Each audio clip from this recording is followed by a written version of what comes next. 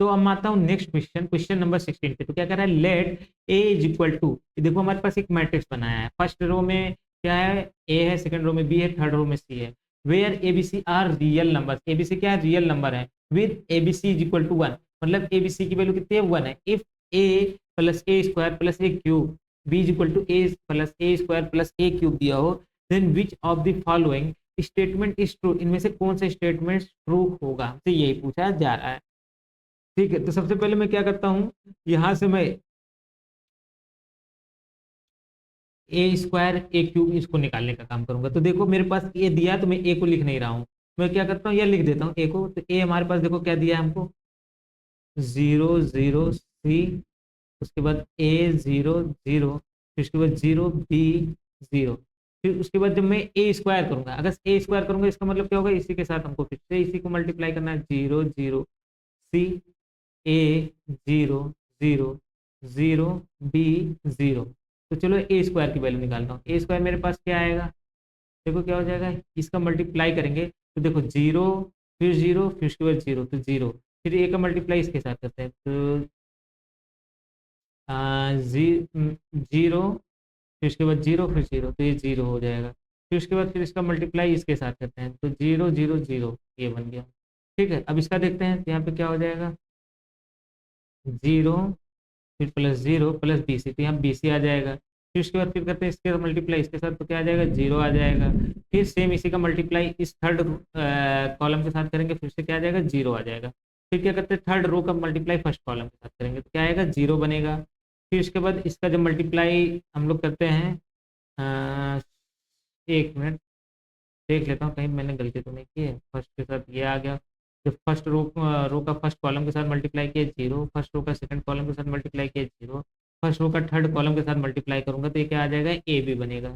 ठीक है, अब इसी तरीके से इसका आता है, तो जब थर्ड का इसके साथ करेंगे क्या आ जाएगा, ये आ जाएगा हमारे पास ए सी, सेकंड रो के साथ करेंगे, बाकी सब क्या आ जाएगा, 0 हो जाएगा। ठीक है, ये हमारे पास ए स्क्वायर आ गया। अब हमको क्या चाहिए, ए क्यूब चाहिए, ए क्यूब चाहिए, तो मतलब ए क्यूब कैसे आएगा हमारा, जब इसके साथ हम क्या करेंगे, ए को फिर से मल्टीप्लाई कर देंगे। ए क्या है हमारे पास, 0 है, ए है, और क्या है हमारे पास, 0, फिर 0 0 बी, उसके बाद सी है, 0 0 है, तो चलो मल्टीप्लाई करते हैं फिर से, तो क्या आएगा हमारे पास, क्या बनेगा, तो देखो ए बी सी, ये बना पहला वाला हमारे पास, देखो क्योंकि इसका मल्टीप्लाई इसके साथ करेंगे ये बना, फिर इसका मल्टीप्लाई जब सेकंड कॉलम के साथ करेंगे तो 0 बनेगा, फिर फर्स्ट रो का मल्टीप्लाई थर्ड कॉलम के साथ करेंगे तो फिर से क्या आएगा, 0 आएगा। आप इसको देखिएगा, मल्टीप्लाई बहुत ईजी है अगर आपको दिख रहा हो। ठीक है, फिर सेकंड रो का फर्स्ट कॉलम के साथ करेंगे तो क्या आ जाएगा, 0 आ जाएगा। सेकंड रो का सेकंड कॉलम के साथ करेंगे तो क्या आ जाएगा, ए बी सी आएगा। फिर उसके बाद हमारे पास क्या होगा, सेकंड रो का थर्ड कॉलम के साथ करेंगे तो 0 हो जाएगा। फिर आप क्या करते हैं, थर्ड रो को हम लोग करते हैं ना, थर्ड रो को फर्स्ट कॉलम के साथ करेंगे तो 0, थर्ड रो को हम लोग जब सेकंड कॉलम के साथ करेंगे तो 0, थर्ड रो को जब हम लोग थर्ड कॉलम के साथ करते हैं तो क्या आता है हमारे पास, ए बी सी, ये आ गया। और इसी को आप चाहोगे तो देखो, क्योंकि एबीसी की वैल्यू 1 क्वेश्चन में ही दिया है, हमको दिया है ना, देखो यहाँ पे एबीसी इज इक्वल टू 1 ये दिया है, तो हम लोग क्या कर सकते हैं, यहाँ पे एबीसी की जगह पे 1 लिख सकते हैं, 0 1 0 1 0, फिर 0 0 1।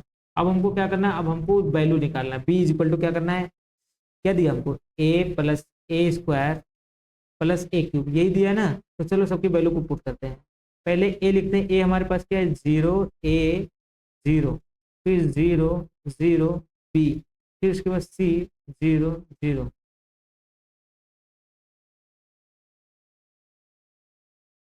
फिर उसके बाद क्या हुआ हमारे पास, 0 0 ए बी, बी सी 0 0, फिर क्या होगा, 0 ए सी 0,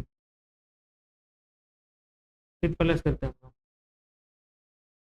क्या आएगा, 1 0 0 0 1 0 0 0 1।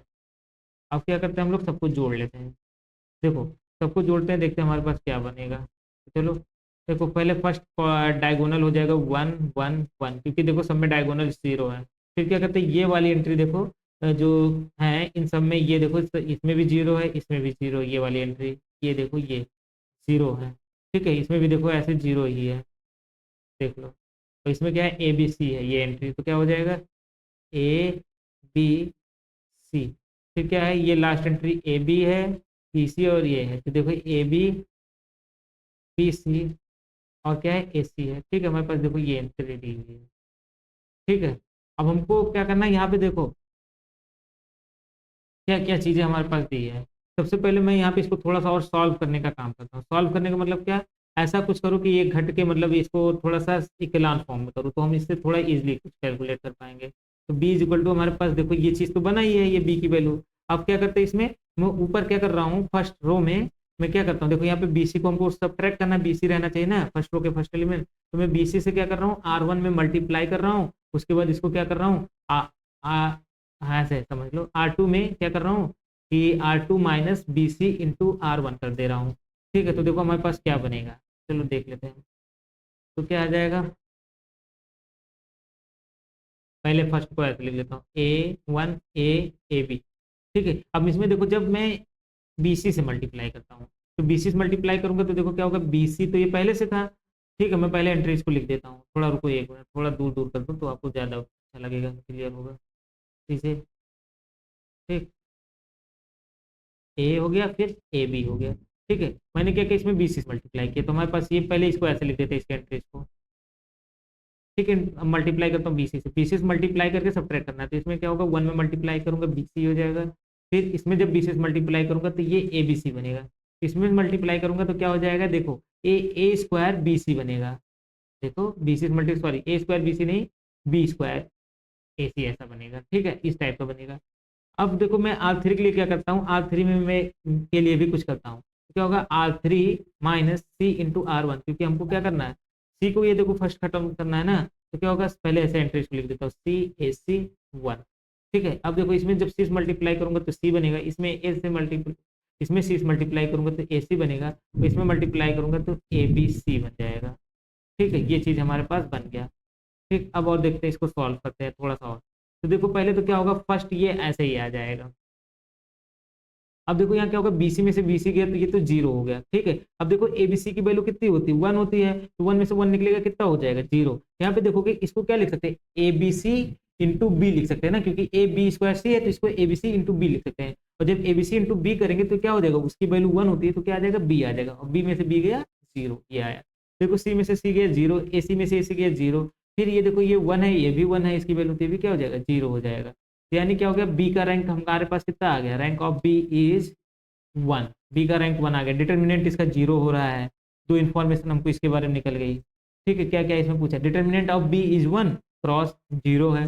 Determinant of A is zero, देखो एबीसी आ गया, तुम चाहे तो ए का डिटर्मिनेंट निकाल लो, चलो निकाल लेते, देखो फर्स्ट ए जीरो है तो जीरो ही हो जाएगा, फिर माइनस क्या हो जाएगा ए इंटू, हमारे पास देखो इसको इसको छोड़ते हैं तो क्या आ जाएगा, zero minus B C, zero minus B C, उसके बाद फिर प्लस जीरो हो जाएगा। तो क्या आएगा हमारे पास, determinant of A zero plus A B C plus zero, तो इसकी वैल्यू कितनी हो जाएगी, वन हो जाएगी। तो डिटर्मिनेंट ऑफ ए वन है, तो आपका ऑप्शन टू भी इनकरेक्ट हो गया। Rank of B is two, तो बी का रैंक अभी वन है, हमने ये देखा ये भी इनकरेक्ट है। Rank of B square is one, तो देखो बी स्क्वायर का रैंक हमसे पूछा जा रहा है, तो देखो बी तो इसी के सिमिलर है। अब आप बी स्क्वायर का रैंक निकालोगे तो इसका रैंक देखो कभी भी जीरो मैट्रिक्स तो बनेगा नहीं, तो बी स्क्वायर का रैंक कितना आ जाएगा, वन ही आएगा, ठीक है। रैंक ऑफ बी स्क्वायर आप चाहो तो इसको सॉल्व कर लो, बी स्क्वायर का रैंक वन आएगा, और एक ही ऑप्शन बचे तो यही करेक्ट होगा, वैसे भी पता है, ठीक है। तो आई होप आपको ये सॉल्यूशन समझ में आ गया होगा। हो सकता है क्वेश्चन थोड़ा सा लेंदी हो, तो इसलिए इसको आप शांत से देखोगे तो आपको उतने अच्छे से ये चीजें आएंगी, ठीक।